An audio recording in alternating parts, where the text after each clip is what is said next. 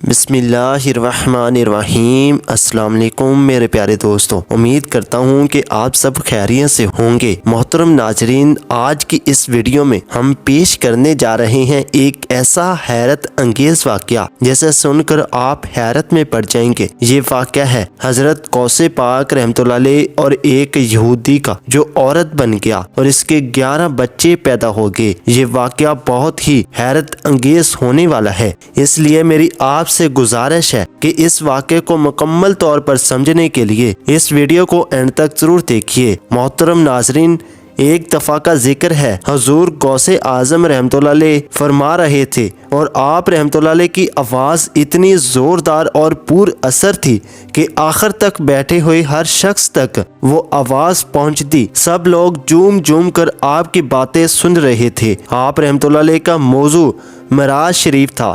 آپ رحمۃ اللہ علیہ نے معراج شریف کا مکمل واقعہ قرآن مجید کے حوالے سے بیان کیا اور فرمانے لگے، میرے نانا حضور صلی اللہ علیہ وآلہ وسلم معراج پر یوں تشریف لے گئے اور یوں تشریف لے آئے کہ بستر بھی گرم تھا، کنڈی بھی ہل رہی تھی اور وضو کا پانی بھی تازہ تھا۔ آپ کے چاہنے والے آپ کی بات کو سن کر واہ واہ کر رہے تھے، سبحان اللہ کہہ رہے تھے۔ آپ اپنے نانا حضور صلی اللہ علیہ وآلہ وسلم کے اس واقعے کو بیان فرما ہی رہے تھے کہ وہیں سے ایک یہودی کا گزر ہوا۔ اس نے تمام واقعہ سنا تو کہنے لگا کہ یہ کیسے ممکن ہو سکتا ہے کہ ایک طرف اتنے آسمانوں کی سیر نمازیں بھی کم کروائی، 50 نمازوں سے 5 نمازیں بھی کروائیں، تمام انبیاء کرام سے ملاقات بھی ہوئی۔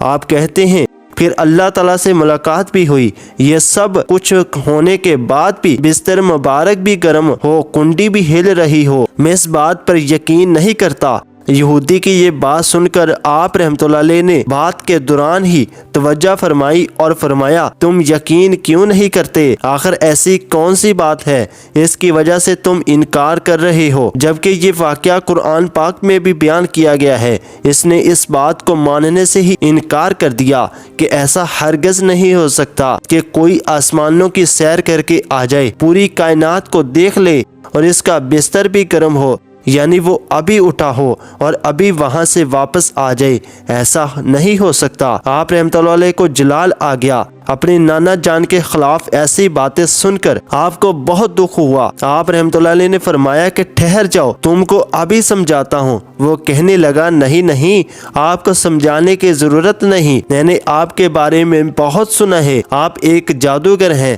آپ اپنی باتوں سے لوگوں کے اوپر جادو کرتے ہیں۔ یہ کہتے ہوئے وہ یہودی وہاں سے گھر چلا گیا۔ اس نے کسی سے کوئی بات نہیں کی۔ گھر جا کر وہ اپنی بیوی سے کہنے لگا کہ کھانے میں کیا بنایا ہے؟ بیوی نے کہا، تمہاری پسند کا کھانا بنایا ہے۔ بیوی کھانا لے کر آنے ہی والی تھی تو یہودی کہنے لگا، تم ابھی کھانا رہنے دو، پہلے میں نہاتا ہوں۔ ان کے گھر کے قریب ایک دریا بہتا تھا۔ اس یہودی نے کہا، تم ٹھہرو، میں دریا میں نہا کر آتا ہوں۔ بیوی نے کہا، ابھی تم کہہ رہے تھے کہ تمہیں شدید بھوک لگی ہے، اب اس طرح نہانے جا رہے ہو۔ وہ یہودی کہنے لگا، نہیں، آج میرا نہانے کو دل چاہ رہا ہے، دریا میں غوطہ لگاؤں گا۔ بس میں یوں گیا اور یوں واپس آیا۔ وہ وہاں سے چلا گیا، جس کا ارادہ تھا کہ ڈبکی لگائے گا اور واپس آ جائے گا۔ اس نے دریا میں غوطہ لگایا۔ جیسے ہی اس نے دریا میں غوطہ لگایا، جب منہ پانی سے باہر نکالا، دیکھا جگہ اور ملک ہی تبدیل ہو گیا ہے۔ اس کا آس پاس سارا علاقہ بدل گیا۔ اور پھر ایک اور حیرت انگیز بات ہوئی جس کو وہ یقین کر ہی نہیں سکتا تھا، جبکہ سب کچھ اپنی آنکھوں سے دیکھ رہا تھا۔ وہ اب مرد نہیں تھا بلکہ ایک عورت بن چکا تھا۔ پھر اس نے دیکھا کہ وہ جب نہانے کے لیے دریا میں غوطہ لگایا تھا، اس کے آس پاس کوئی نہیں تھا، لیکن اب کچھ عورتیں وہاں پر کپڑے دھو رہی تھی۔ اس کو ویسے ہی حیرت ہو رہی تھی کہ میں کیا سے کیا بن گیا ہوں، یقین ہی نہیں آ رہا تھا کہ یہ پل کے پل کیا ہو گیا۔ وہ عورتیں کہنے لگی، تم یہاں کیا کر رہی ہو؟ اس سے پہلے ہم نے تمہیں کبھی نہیں دیکھا۔ تو وہ چونکہ لڑکی بن چکا تھا۔